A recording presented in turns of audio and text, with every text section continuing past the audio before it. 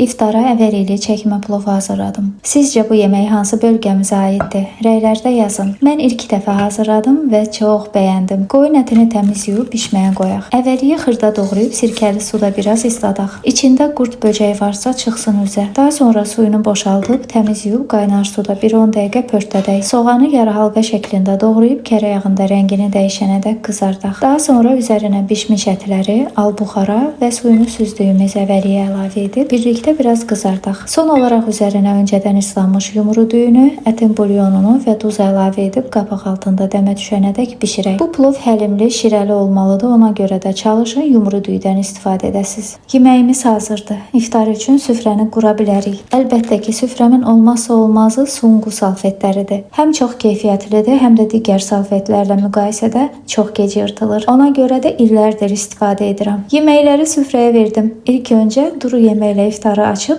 daha sonra plova keçirik. Unutmadan onu da deyim ki, bu plov sarımsaqlı qatıqla yeyilir. İnanılmaz ləzzətlidir. Mütləq siz də hazırlayın.